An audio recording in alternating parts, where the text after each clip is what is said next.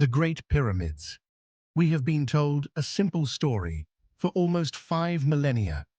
Pharaoh Khufu ordered this massive building to be his ultimate resting place.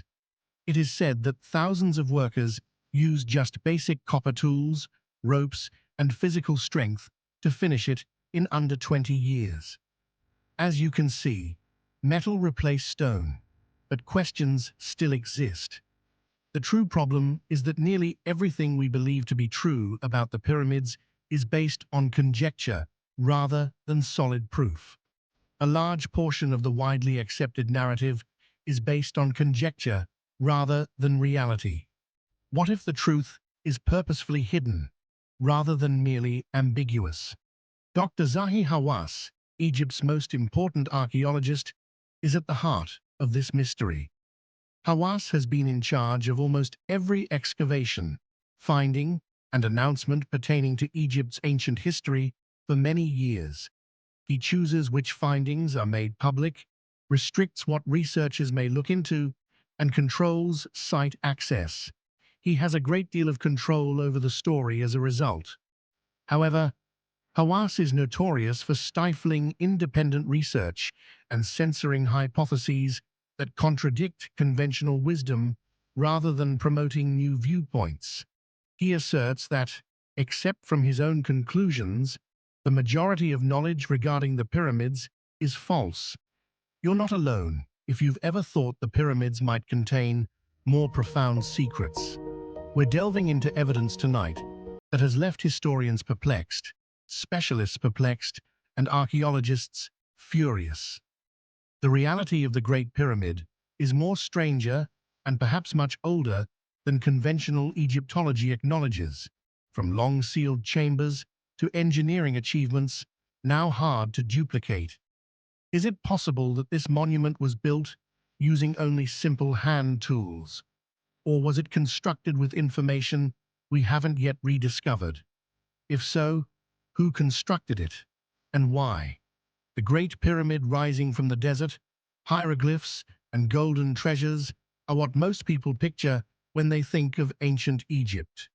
We've always been taught that Khufu constructed this monument as his ornate tomb in 2550 BC.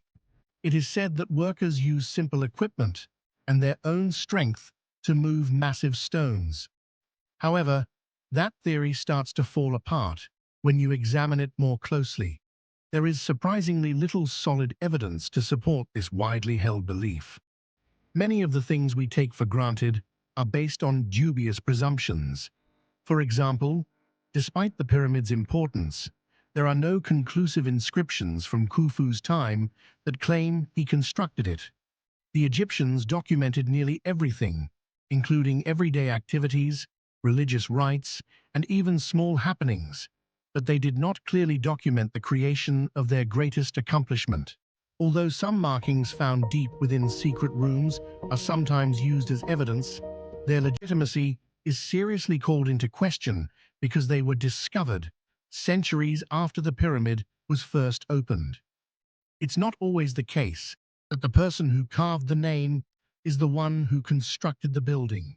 The pyramid's purported function is even more perplexing.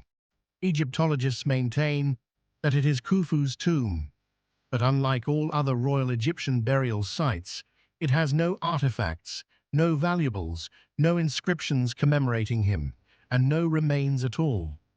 It is practically unusual to find a tomb devoid of both decorations and a body. This omission raises the possibility that the pyramid was constructed for a completely different purpose, such as something technologically important or function-driven. And then there's its exceptional accuracy. The pyramid and true north are nearly perfectly aligned. Inside, enormous granite blocks that can weigh up to 80 tons exhibit machining that is well above the capability of copper chisels. Christopher Dunn, an engineer, discovered smooth cuts and perfect drill holes that are difficult for contemporary artisans to duplicate. Modern attempts to duplicate similar cuts with copper tools were a complete failure. Advancement was virtually non-existent, and the instruments deteriorated quickly. The cramped hallways and rooms hold another mystery. How were these completely dark areas lit by the workers? Soot is left behind by torches, although there isn't any inside the pyramid. No residue, no smoke marks, nothing. This implies that either they employed an unidentified lighting technique or the construction process was essentially different from our perception. All of this suggests a startling possibility. The builders of the pyramid had instruments or knowledge well beyond what conventional history recognizes. However, many Egyptologists, especially those influenced by Hawass, categorically reject these concepts rather than discussing them. Scholars like as Robert Bauval, who noted that the pyramids reflect Orion's belt as it looked circa 10,500 BC, are subject to harsh criticism. Others like John Anthony West and Robert Schoch found unmistakable evidence of prehistoric water erosion on the Sphinx. According to their geological research, the Sphinx may be more than 12,000 years old, predating the emergence of Dynasty Egypt and suggesting the existence of a vanished civilization.